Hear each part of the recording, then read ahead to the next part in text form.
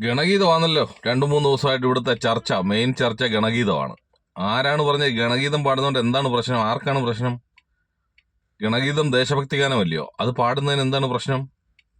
അത് പാടാം മിത്രങ്ങളെ, അത് നിങ്ങൾക്ക് പാടാം നിങ്ങളുടെ വേദികളിൽ. സംഘപരിവാർ, RSS, BJP, അങ്ങനെ നിങ്ങളുടെ വേദികളിൽ അത് പാടുന്നതിന് യാതൊരു കുഴപ്പമില്ല. ഇതെന്ന് പറഞ്ഞു കഴിഞ്ഞാൽ ജനങ്ങളുടെ നികുതിപ്പണമാണ്. ഈ വന്ദേ ഭാരത് ട്രെയിനാണെങ്കിലും ഇവിടെ നിങ്ങൾ കേന്ദ്ര ഗവൺമെന്റ് കൊണ്ടുവരുന്നെന്ന് പറയുന്ന ഏത് പദ്ധതികളാണെങ്കിലും അത് ജനങ്ങളുടെ നികുതിപ്പണത്തിൽ നിന്നുള്ള കാശാണ്. അല്ലാതെ RSSന്റെയോ BJPയുടെയോ സംഘപരിവാറിന്റെയോ ആസ്ഥാനത്ത് നിന്ന് കൊണ്ടുവരുന്ന കാശൊന്നുമല്ല.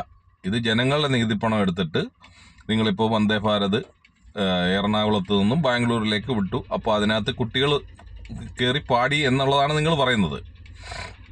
കുട്ടികൾ കയറി ഈ ഗണഗീതം മാത്രമേ പാടാൻ പറ്റത്തുള്ളായിരുന്നോ? നമ്മുടെ എത്ര കുട്ടികൾക്ക് ഈ ഗണഗീതം അറിയാം? നമ്മുടെ കേരളത്തിലെ എത്ര കുട്ടികൾക്ക് ഈ ഗണഗീതം അറിയാം? എൻ്റെ വീട്ടിൽ നിന്നും പെങ്ങളുടെ 2 മക്കള് സ്കൂളിൽ പഠിക്കുന്നുണ്ട്. അവരോട് ഗണഗീതം എന്തോന്ന് ചോദിച്ചാൽ അവർക്ക് അറിയത്തില്ല. കാരണം എന്ന് പറഞ്ഞാൽ അവർക്ക് അത് പാടേണ്ട ഒരു ആവശ്യം വന്നിട്ടില്ല. അത് പാടുന്നതും പഠിപ്പിക്കുന്നതും RSSന്റെ ശാഖകളിലോ അല്ലെ BJPയുടെ അങ്ങനെയുള്ള പ്രവർത്തനങ്ങൾക്ക് പോകുന്ന ആൾക്കാരെ മാത്രമാണ് അത് പഠിപ്പിക്കുന്നത്. അത് സ്കൂളിൽ ഈ ഗണഗീതം പഠിപ്പിച്ചാണോ പിള്ളേരെ ഇങ്ങോട്ട് വിടുന്നത്? ഒന്നുമല്ലല്ലോ. പിന്നെ നമ്മുടെ ദേശീയഗാനം ആലപിക്കാതെ കൊണ്ട് ഈ ഒരു ഗണഗീതം ആലപിച്ചിട്ട് അതിനെ ന്യായീകരിക്കുന്ന സുരേഷ് ഗോപി. ആദ്യം സുരേഷ് ഗോപിയോടാണ് ചോദിക്കുന്നത്. വന്ദേ ഭാരതിന്റെ ടിക്കറ്റ് എല്ലാം വിറ്റുപോയല്ലോ. അപ്പോഴത്തേക്ക് പുള്ളി മൈക്ക് കണ്ടു കഴിഞ്ഞാൽ പിന്നെ ഗ്രഹണി പിടിച്ച പിള്ളേർ ചക്കക്കൂട്ടം കണ്ട മാതിരിയാ പുള്ളിക്ക്. ഇപ്പോഴും പുള്ളിക്ക് ക്യാമറ എന്നുള്ള ആ ഒരു സംഭവം മാറിയിട്ടില്ല. വാര്യമ്പള്ളിയിലെ ശരിയായിട്ടുള്ള മനോരോഗി ആരാന്ന് ചോദിച്ചു കഴിഞ്ഞാൽ അത് ഇയാൾ തന്നെയാണ്, നകുലൻ തന്നെയാ. അതിപ്പോഴും അങ്ങനെ തന്നെ കൊണ്ടു നടക്കുകയാണ് പുള്ളി അലങ്കാരമായിട്ട്. ആരോ വന്നിട്ട് ചോദിക്കുന്ന ടിക്കറ്റ് എല്ലാം വിറ്റ് തീർന്നല്ലോ എന്ന് ചോദിക്കുമ്പോഴത്തേക്ക് ഉടനെ ഇത് ടിക്കറ്റ് എല്ലാം വിറ്റ് തീർന്നത് അതല്ല പ്രശ്നം, അതല്ല കാര്യങ്ങൾ. കേന്ദ്രത്തില് നരേന്ദ്രമോദി, അശ്വിനി വൈഷ്ണവ്ജി അവിടെ കൊണ്ടുവരുന്നതേക്കുന്നത് ഫെസിലിറ്റേഷനാണ്. Facilitation goes to substantial development എന്നൊക്കെ പറഞ്ഞിട്ട് ഒരു ഡയലോഗ്, ഭയങ്കര ഡയലോഗാ ഈ സംഭവം. ജോർജ് കുര്യൻ പറഞ്ഞേക്കുന്നത് അതിനെന്താണ്? ജോർജ് കുര്യൻ ഒരു ഫോണിനകത്ത് ഇങ്ങനെ നോക്കിയിട്ടാണ് പറയുന്നത്. ചാനലുകാർ ചോദിക്കുന്ന ചോദ്യത്തിന് പല നിറങ്ങൾ മുകുളങ്ങളായിട്ട് ഇവിടെ വിടരുവല്ലയോ? ഭാരതമാതാവിനെ പറ്റി അല്ലയോ പറഞ്ഞേക്കുന്നത്? ഭാരതമാതാവിനെ നിർമാല്യം കാണുന്നതിൽ എന്താണ് തെറ്റ്? ഒരു തെറ്റുമില്ല. നമ്മളാരും അതിനകത്ത് എതിരല്ല. നിർമാല്യം തൊഴാം, ഭാരതമാതാവിനെ നമ്മൾ പൂജിക്കുന്നുണ്ട്. നിങ്ങൾ ഒരു പക്ഷെ സ്നേഹിക്കുന്നതിനെക്കാട്ടിലും ഭാരതാംബയെ സ്നേഹിക്കുന്ന ആൾക്കാരാണ് ഞങ്ങൾ.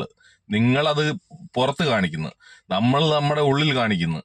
നിങ്ങൾ ഭാരതമാതാവിനെ അല്ലെ ഭാരതത്തെ സ്നേഹിക്കുന്നെന്ന് വരുത്തി തീർക്കാൻ ശ്രമിക്കുമ്പം ഞങ്ങൾ ശരിയായിട്ട് അതിനെ ആ ഒരു രീതിയിൽ ഞങ്ങൾ മുമ്പോട്ട് പോകുന്നുണ്ട്. ഭാരതം എന്ന് കഴിഞ്ഞാൽ ഞങ്ങളുടെ ആത്മാവാണ്, ഭാരതമാതാവ് ഞങ്ങളുടെ മാതാവാണെന്നുള്ള രീതിയിലാണ് ഞങ്ങൾ പോകുന്നത്. ജോർജ് കുര്യൻ അങ്ങനെ ഇത്രയും ഇതായിട്ട് പറയുമ്പം അതിനെന്താണ് തെറ്റ്?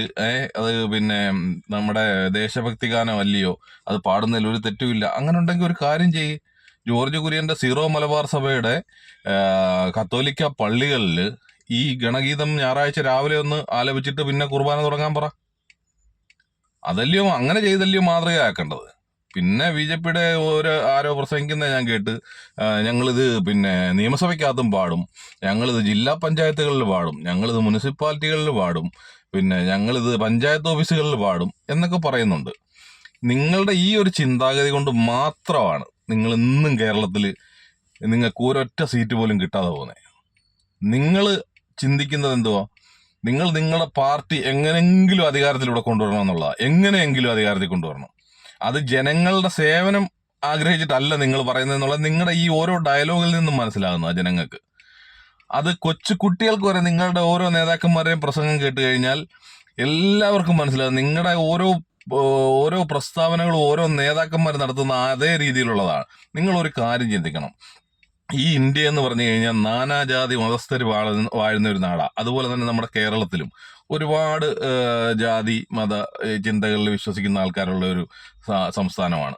ഇവിടെ ഒരൊറ്റ ഹിന്ദുക്കളുടെ മാത്രം വോട്ട് നേടി ഇവിടെ ഒരു പാർട്ടിക്കും അധികാരത്തിൽ വരാൻ പറ്റത്തില്ല. ആദ്യം നിങ്ങൾ അത് മനസ്സിലാക്കണം.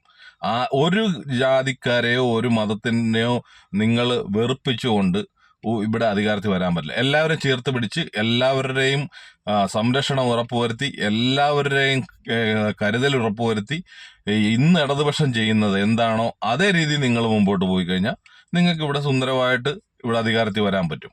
അല്ലാതെ ഞങ്ങൾ ഇങ്ങോട്ട് അധികാരത്തിൽ വരുമ്പോഴത്തേക്ക് വന്നിട്ടില്ല, ഒരു MLA പോലും ഇല്ലാത്ത ഒരു പാർട്ടിയാണ് പറയുന്നത് ഞങ്ങളിവിടെ നിയമസഭയിലും പാടും, ഞങ്ങളിവിടെ പഞ്ചായത്തിലും പാടും, ഞങ്ങൾ മുനിസിപ്പാലിറ്റിയിലും പാടും, എല്ലായിടത്തും ഇത് ഗണഗീതം പാടുമെന്ന്. അപ്പൊ നിങ്ങൾ ഈ അധികാരത്തിൽ വന്നു കഴിഞ്ഞാൽ എന്താ നിങ്ങൾ ഇവിടെ കേരളത്തിൽ കാണിച്ചു കൂട്ടുന്നതെന്ന് ഇവിടുത്തെ ജനങ്ങൾ ചിന്തിച്ചിട്ട് പേടിച്ചിട്ടാണ് നിങ്ങൾക്ക് വോട്ട് ചെയ്യാത്തത്.